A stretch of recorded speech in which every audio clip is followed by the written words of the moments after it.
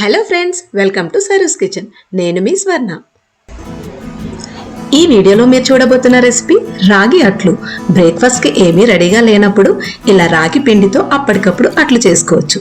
చాలా తక్కువ టైంలో తక్కువ ఇంగ్రీడియంట్స్తో ఈ రాగి అట్లు ఎలా చేసుకోవాలో ఇప్పుడు మేకింగ్ ప్రాసెస్లో చూసేయండి.